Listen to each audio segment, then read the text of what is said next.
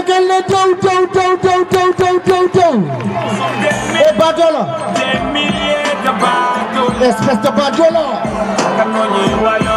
kuñi walo espèce de milliers de badola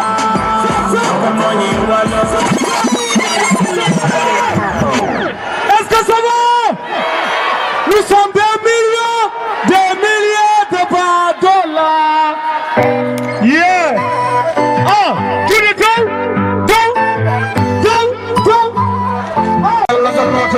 Jaltene kude min jere ngale ngode e futa kene weli arande ken futa yarnuma ko nyam ma nyiri buna jegen jamal julen futa gole ngandi dire he fulbe jaffara futa kene weli he fulbe dad masa futa kene weli he fulbe mafia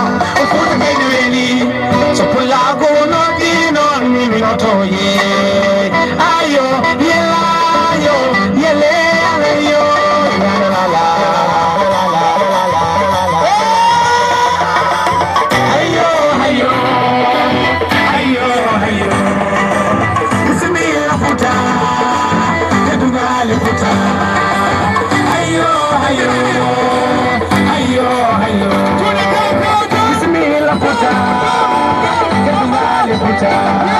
Mani alde bini pulli kudeo Ofuta gosae mamoya maneno yo Tomalo hata tore jeina Kominenge Ayo, yele ayo Yala ayo Bismillah puta Kedunale puta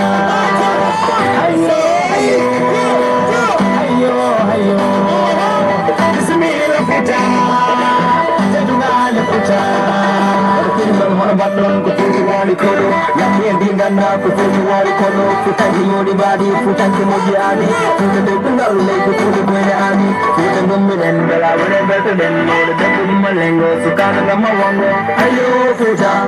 ngelli ngere ngel futa ngelli nderi ma ka woy kaina ko hey sokirane kitama bombe sagata lela wala kuluguro mikoy minoti jamanu way yimone andi ko fudu mumido tongal danga fudu mumido yimone andi ko fudu mumido odine o ada ko fudu mumido yo yam dello homo jeno dello yam dello homo jeno dello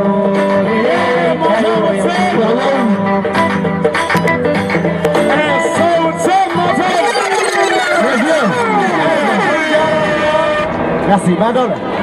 Badola, pardon. Non, on Badola. Et Johnny Vieux. Voilà. Aujourd'hui, on a la santé reproduction. Vieux, il y a encore 7 ans ou 10 ans de cela, avec le projet Plan Sénégal, on avait organisé un tel concert ici, au garage. Mais vieux, quel est le message en tant qu'artiste, on dit d'avoir de délivrer vis-à-vis de cette population qui est là, de ces adolescents qui sont exposés à IST-SIDA, mariage précoce, mariage forcé, grossesse indésirable, et quel est le de parler non? Groupe Mbewli Posi ala ko wana matam ala ko buri matam donc matam nabi assalamu alaikum ndaw gonga amin biyatan wana haydara goto fof ene foti andude holko wadi dum goto fof ene foti andude holko foti wonde haaju mum darono haaju mum radioji kaali téléji kaali serembe koye mumen kaali himbe diina en kaali cukalel wiyani waɗani ene janga jangde mum ene yaare 12 ans walla ene yaare 13 ans bina ñalawma goto mbiyeɗa o hokkama samba wuppa pula bonna jangdema ala no poɗɗa gona reedu tawa yontani ala no podda mbiyaɗa naata e belenteje ma bonnana hoore ma onon sukaɓe rewɓe ɓe ko onon goni avenir o onon sukaɓe rewɓe ɓe ko onon goni fodde nde onon sukaɓe rewɓe ɓe ko onon mbawi jogade Sénégal